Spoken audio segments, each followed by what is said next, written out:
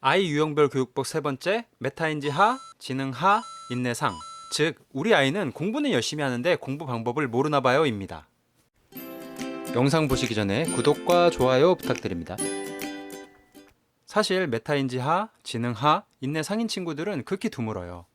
실제로 제가 가르친 아이들 목록을 체크해 보니까 실제로 제가 이 유형은 한 번도 보지 못했습니다. 근데 제가 이 타이틀로 한 것은 부모님이 보기에는 마치 인내가 상인 것처럼 보일 수 있기 때문입니다. 실제로 이런 유형의 친구들의 특징은 숙제를 제대로 하지 않아요. 제가 1편에서 인내를 상중하로 평가할 때 숙제를 완벽히 하는 횟수라고 이야기를 드렸는데, 이 친구들은 맨날 숙제를 하긴 하지만 숙제의 의도와 방향을 완벽히 이해하고 실행하고 있지는 않습니다. 그냥 그 분량을 할 뿐이에요. 예를 들어서 단어를 외워오라고 하면 그냥 자기 기준으로 외우기만 합니다. 근데 단어 시험 보면 다 틀려요. 즉, 책상에 앉아있는 시간 동안 진짜 공부를 하지 못합니다. 이 친구들처럼 공부하는 건 사실 되게 쉬워요. 그냥 앉아있기만 하면 되거든요. 자기가 하는 공부에 그리 집중할 필요도 없고, 자기가 무엇을 아는지 무엇을 모르는지 체크해 볼 필요도 없이 그냥 궁딩이만 의자에 붙이고 견디고 있는 그런 유형들입니다. 예를 들어 우리가 러닝머신을 10의 속도로 뛰는 것이 정말 운동을 열심히 하는 그런 속도라고 가정을 해보면, 우리가 그렇게 정말 열심히 10분 동안 뛰면 지치고 힘이 들겠죠. 하지만 이 친구들은 마치 그 러닝머신을 10의 속도가 아닌 1, 2의 속도로만 오래 뛰고 있는 거예요.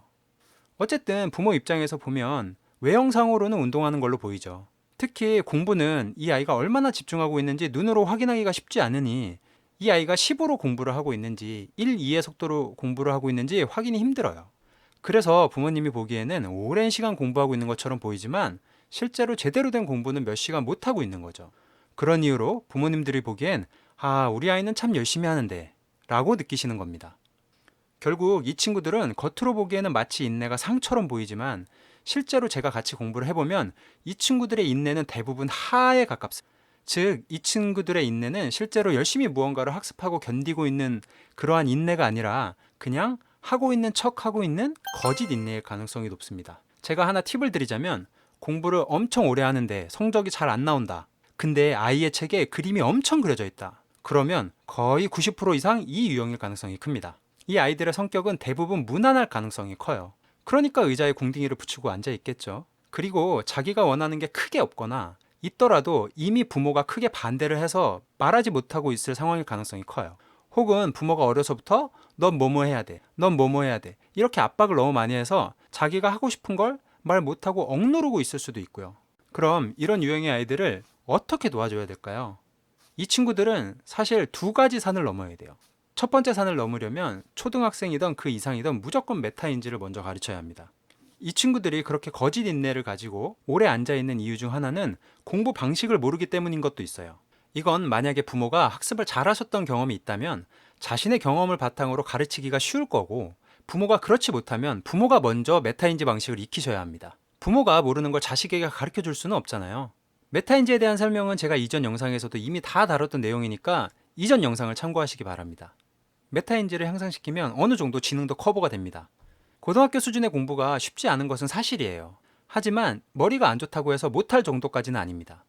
제가 1대1로 6개월 이상 가르친 학생이 60명에서 70명 정도가 된다고 말씀을 드렸는데, 제가 이 아이들을 가르치면서 이 아이는 정말 머리가 안 좋아서 공부가 좀 힘들겠구나 라고 느낀 친구는 딱 3명밖에 없습니다.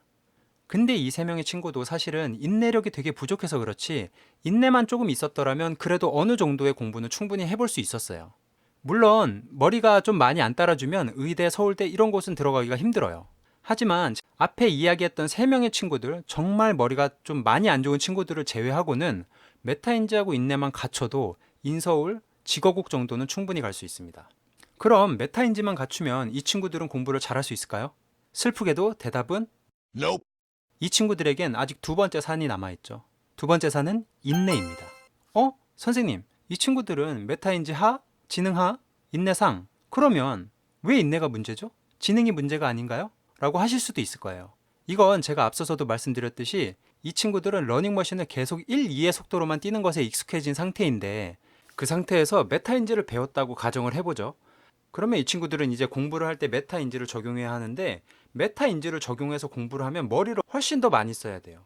그러니까 이 친구들은 메타인지를 배우기 전에는 러닝머신을 1, 2로 뛰는 데 익숙해져 있다가 갑자기 10의 속도로 계속해서 공부를 해 나가야 되니까 이 친구들은 거기에서 엄청나게 어려움을 많이 느낍니다. 그래서 이런 유형의 친구들이 공부로 어느 정도 성적을 내기 위해서는 진짜 인내가 반드시 뒷받침되어야 합니다. 근데 가끔 이 과정에서 아주 긍정적인 효과가 나타나는 아이들도 있긴 해요. 그게 어떤 경우냐면 전에는 자기가 공부를 하면서도 자기가 모른다는 느낌을 계속 받았겠지만 메타인지를 활용해서 공부를 하다 보면 이제 공부가 제대로 되기 시작하고 자기가 이전에 몰랐던 것들을 서서히 알게 되고 문제도 풀다 보면 계속 맞게 되고 이래서 아이들이 이거 할만하다, 이거 생각보다 재밌는데, 이렇게 느끼는 친구들도 있긴 해요. 이 친구들은 그러면 이제 공부에 조금 흥미가 생기게 되고 그러면 자연스럽게 인내도 같이 상승하는 그런 긍정적 효과가 나타나는 친구들도 있어요. 하지만 그런 경우가 아니라면 가짜 인내를 진짜 인내로 바꾸는 그 두 번째 산을 같이 넘어야 되니까 사실은 상당히 좀 어려운 경우가 되겠죠.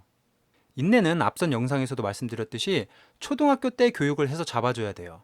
그 이유가 되면 진짜 큰 동기부여가 될 만한 사건이 없는 한 잘 바뀌지 않습니다.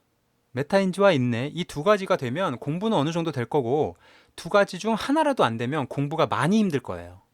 부모님과 아이의 목표가 고등과정까지 무사히 잘 마치고 대학 네임밸류나 그런 것에 상관없이 대학을 들어가는 게 목표다. 그러면 상관이 없겠지만 인서울 이상 등과 같은 어떤 목표를 잡고 계신 거라면 초등학교 때 메타인지와 가짜 인내를 바로 잡아줘야 해요. 그렇지 않으면 현실적으로 정말 많이 힘들 수도 있어요. 요약하면 이런 유형의 친구들은 메타인지를 먼저 가르치는 게 맞지만 공부로 어느 정도의 성과를 올리는 것은 결국 인내를 어느 정도 갖추느냐에 따라서 성적이 좌우됩니다. 만약 아이가 고등학생이 됐는데도 메타인지와 인내가 잘 형성되지 않는다. 그러면 사실 많이 힘든 케이스예요. 그러므로 공부 이외에 다른 진로를 고민해 보는 게 좋지 않나라는 생각이 듭니다. 시청해 주셔서 감사합니다.